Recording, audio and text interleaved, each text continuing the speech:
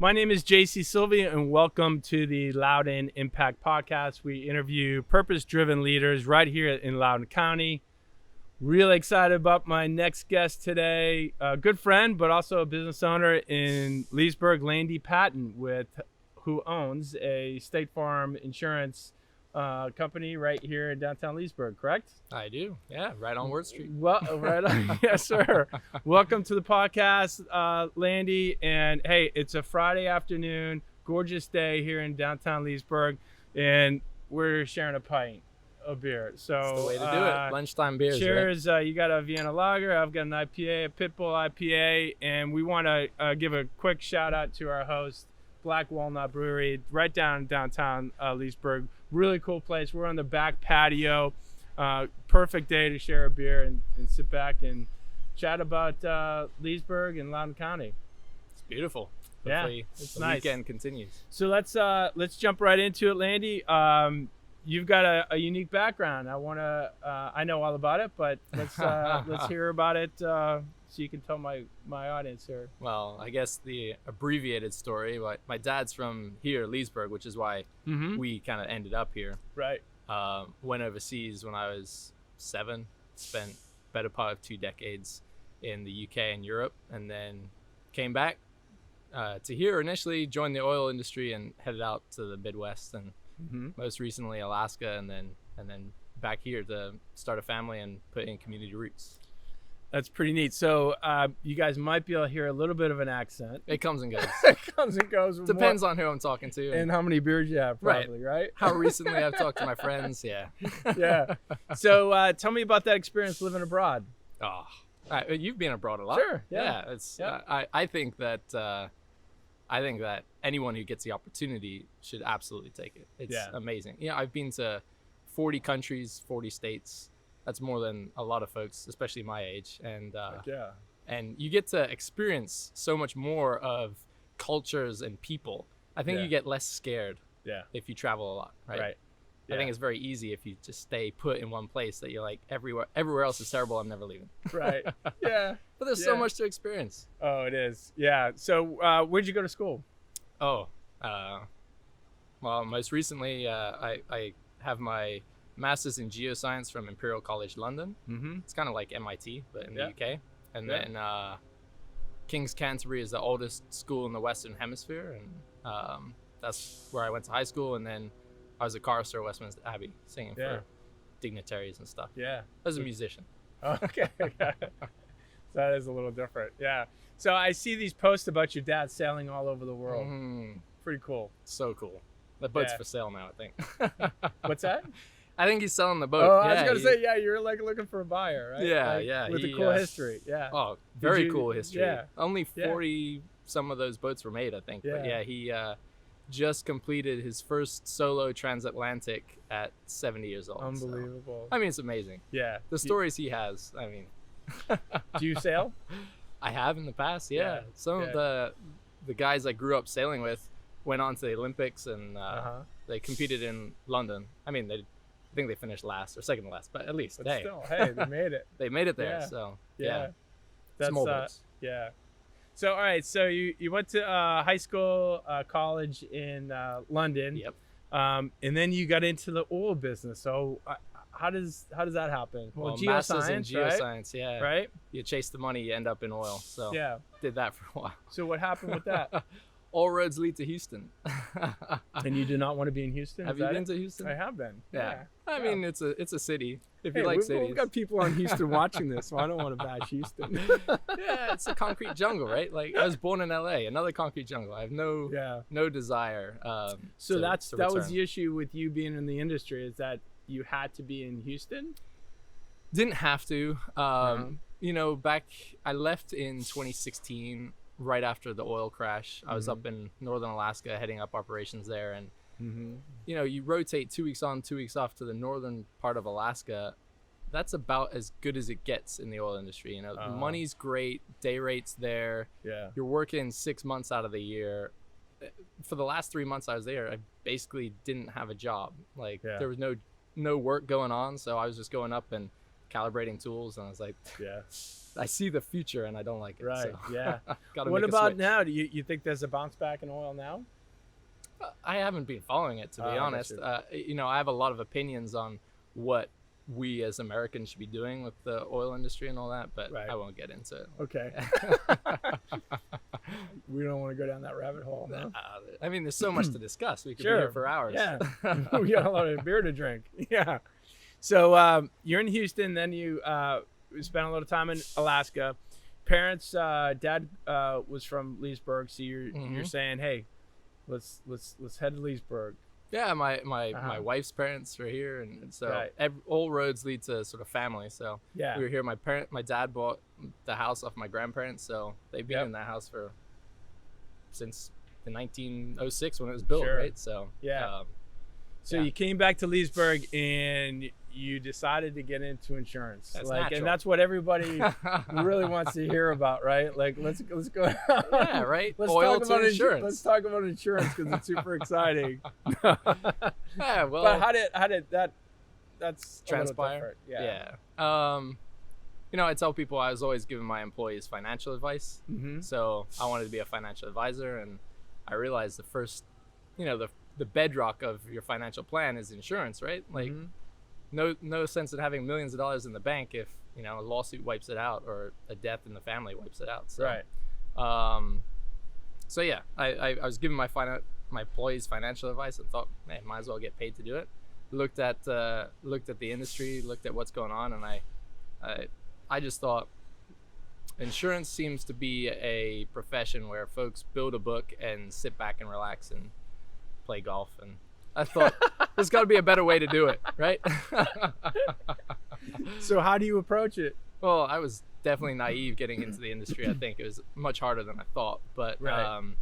you know, still, it's kind of with any service-based industry, right? Yeah. You provide a good service and try and think outside the box in ways to wow your customers. Right. Then eventually word gets out and people start using you, right? Yeah. Yeah. This is kind of the plan. And building relationships, right? Relationships. Yeah. It's all about relationships, Yes. right? Like, as a realtor, you know, you sell a house. Yeah. They're going to need insurance Yeah. at some point. So Yeah. you probably refer them to a lender or something like that, or a few lenders. Sure. And then ideally we want those lenders to refer them to us. So Yes. Yeah. Right. Well, that's how I met you. You know, we started chatting about collaborating and stuff like that because you're really connected, I feel, within the Leesburg community. I think you've done a really good job of a business owner who's come in and put down some roots and started a new business and, you know, making connections quickly and meaningful connections. And that's how I met you. I mean, we've had a couple beers here at Black great. Walnut, right? Just chatting about charitable projects, right? So talk a little bit about that. Yeah, it's goals of mine for sure. Like I feel like folks, especially in Loudoun County or Northern Virginia, you know, we're so wealthy, but we give so little. And We talked about that. yeah, Like, so what is the percentage? You know, it's not off the top of my head now. I it's have to talk to minuscule, Amy. right? Like, well, it's minuscule, and it does not. There's no correlation between how much money we make here in the county compared to what we give, Not at right? all. Compared to, Not there's a even lot close. of communities Yeah. that aren't blessed with our level of wealth that give way more than we do, and Yeah. it's an anomaly, right? It is. Do you think this has to do with awareness? I don't know. I don't. I choose not to believe that folks here are miserly. Right. I truly think that it's just people are caught up a lot in the keeping up with Joneses and Sure. stuff like that. And Yep. you know, I feel it too. I would love to give way more to the charity than I do, but then I also feel like, hey, well, sometimes we're a little bit stretched for cash, and you know, we got a young family. I got my newest daughter is 2 months old, right? So- Congratulations, by the way. Thank you. Yeah. So you got to save up some for them and have a decent enough emergency savings so that you'll be all right. But, Yeah. you know, at the same time, I'd love to give, you know, $20,000-$30,000 a year to charity. So. But you're involved in a few different charities here. I mean, you just mentioned Amy. Amy Owen, yeah, Yep. Community Foundation, they're awesome. Yeah. Rotary Club. Yeah. Yeah, it's What are some of the charities that you're involved in? I've been like very loosely involved with some.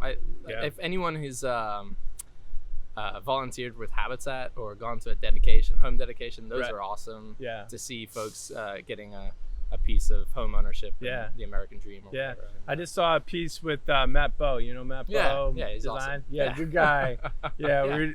Zach and I were just shooting one of his projects the other day. Really nice guy, and he's heavily involved in Habitat in Loudoun. So I saw a video with one of the directors with him. That was pretty neat. So yeah, we're gonna have to we'll have to get together. You know, maybe you like swinging hammers? I'm a good director. Oh, okay. I like getting my hands dirty. I'll shoot some video for you, Landey. Okay, cool. Yeah. I would love to do more of that, like building homes and things like that. I just don't know if Habitat would want me like all day long every day. Well, you are pretty handy now that we're speaking of it, because I see all your social media posts and what you're doing in your home, which is really neat. Like it's funny how many people are just totally captivated by your home projects. People like watching that stuff. Yeah, I like doing them. So and you might as well just curate it, right? Might as well. Like, put it out. It's nice to see the before and after and the transition. Yeah. What the work that you put into it pay off. So. Right. Yeah. You know what I really like? I like how you tell people that you're facing a problem, right? Like you're stumped, like you've never done this before, or oh my God, I just discovered this, because you live in an older home, right? 1916. There's always something behind the paneling, right? That you're like, oh my gosh, where did this come from, right? People would be amazed what's in their walls. Yes. So I think it's cool that you like totally admit that and say, oh my gosh, how am I going to solve this problem? And then, people from the community kind of give their input, and it's so cool. Sometimes it's good, sometimes it's not. Oh yeah. And all the times it's pay someone else to do it. Yeah, right. Yeah. Well, it seems like you solve the problems and you get around it. I think it's I love watching your social media posts, and I think that's just another facet of your business, right? Like you're growing your business by making connections and showing who you are authentically, and that's who you are. Like this is what you said. You love swinging hammers. Oh. Right. It's so fun to build things, right? Yeah. And building a business is great. That's part of why I wanted to own a business, is to grow it. Yeah. Building a house is something totally different. Working with your hands and seeing like direct results immediately is nice. Yeah. Even over the course of a few months. So. Yeah, no, I think it's great. And people know who you are, and they see a passion of yours, and they see how excited you get about stuff like that. They're more willing or likely to do business with you because they feel like they know you in a way, in a sense. So I think it all ties into what you're doing in the community. I think it's really neat and how you've been able to network so quickly. I know I've said that before, but in the end, insurance, selling insurance comes down to trust, right? We were just chatting about Mrs. Ketterman. Yeah. Right. I had Mrs. Ketterman on the podcast last week, and you've been in the Kettermans a bunch, right? Buying, whether she knows it or not. Well, I'm sure she appreciates it, but in the end, people aren't going to buy from her unless they trust her, and people aren't going to buy an insurance policy unless they trust you, knowing that you're going to put them in the right policy. So how do you go about doing that? There's a big diverse group of people here in Loudoun. How do you put people on the right policy? I mean, you're right. It's all trust, right?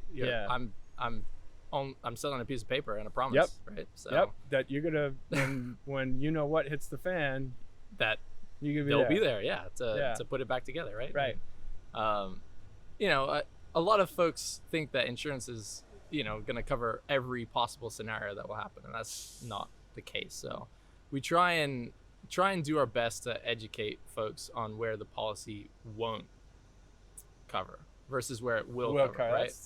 I mean, nowadays a homeowner's policy is pretty broad form. It's going to cover like so many different scenarios, and you could talk for hours and hours on hypotheticals of what it would cover, but very often people fail to talk about what it doesn't cover, and that's when people get upset, right? Sure. When hey, the line that runs from my house to the town burst and water's all over my front yard. What do I do? Well, that's not covered by homeowners insurance normally, right? So you gotta make sure you know about the different endorsements and can my insurance cover this? Can the utility company cover this? Right. That sort of stuff. So you brought that up, and actually that is something that top of mind for me because it didn't happen, did it? It did not happen, Okay. but I know it's happened to people, and it's really a tough situation because they're confused, right? They're like, oh my gosh, whose responsibility is this? Is it the homeowner's insurance policy or is it the town?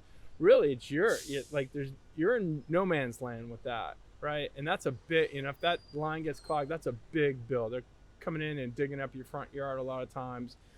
So what's the solution to that? It's usually insurance to the utility company. Is that correct? Well, it depends. Some insurance companies started offering it. Yeah. Right. And then utility companies generally have.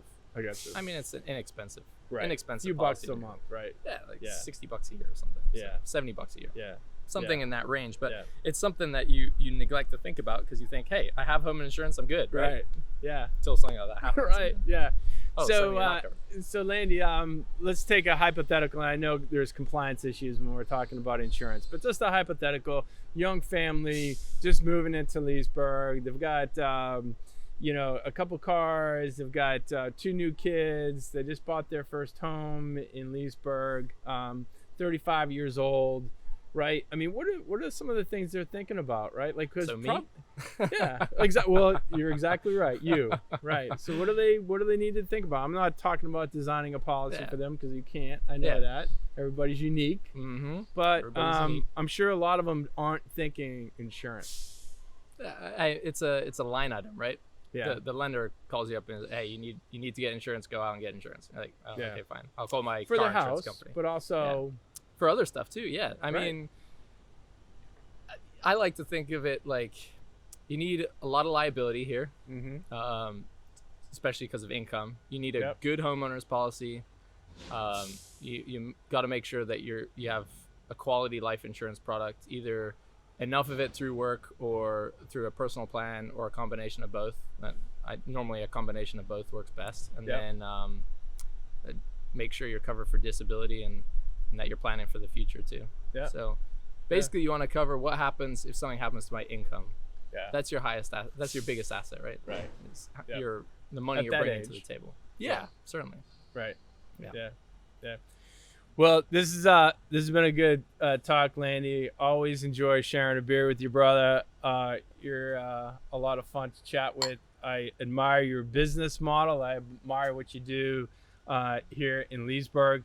For the folks who aren't familiar with where you are located in downtown Leesburg, tell them how they can find you and reach you on social. Yeah. My business is King Street Insurance, right? Because we were on King Street. Right. And we were above the lingerie store. Yes. Which worked very well for, And then we bought our building last year and moved to Wirt Street. So now we're King Street Insurance on Wirt Street. Wirt Street. Yeah. And nowadays it's all Google, right? Right. Just I was going to say, just Google insurance in downtown Leesburg and you'll find us. Yeah. You're going to pop up. Yeah. And you're really good on social. So, just look on Facebook. I actually post very little about the business. I agree. On good for social. You. So good for you. That's I totally agree. That's Google what you do on social is great, and people get to know you. That's awesome. Well, brother, thanks for joining me. It's been a lot of fun, and best of luck to your business. And we'll let's get out there and swing some hammers there at Habitat soon. Anytime.